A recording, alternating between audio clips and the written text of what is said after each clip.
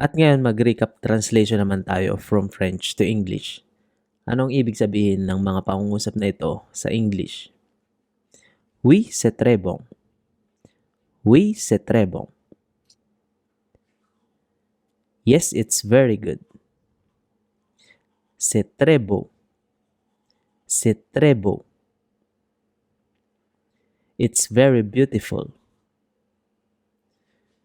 Oui, c'est absolument délicieux.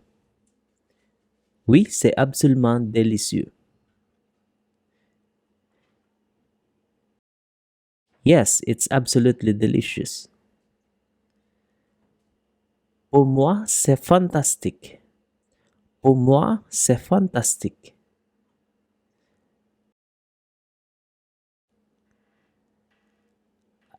I think it's fantastic. C'est toujours très bon. C'est toujours très bon. It's always very good. Ce n'est pas très délicieux. Ce n'est pas très délicieux. It isn't very delicious. C'est toujours fantastique ici. C'est toujours fantastique ici. It's always fantastic here.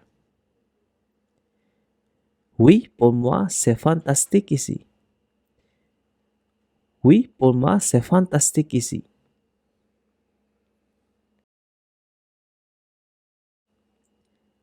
Yes, I think it's fantastic here.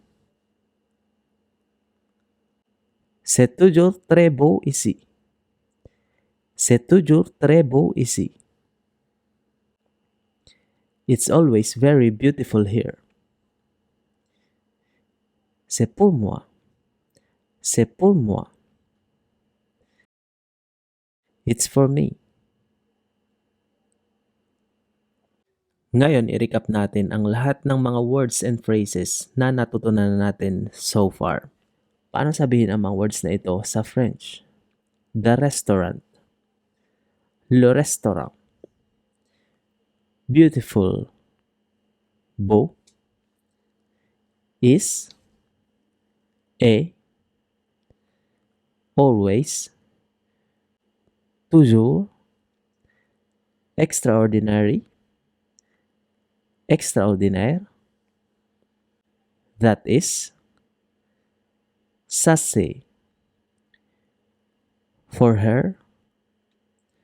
Pour elle. It is. Say. Everything. Do. Delicious. Délicieux. Absolutely. Absolument. Perfect. Parfait. But. Mais. It isn't. Ce n'est pas. No. Non. Yes. Oui. Isn't. N'est pas. For him.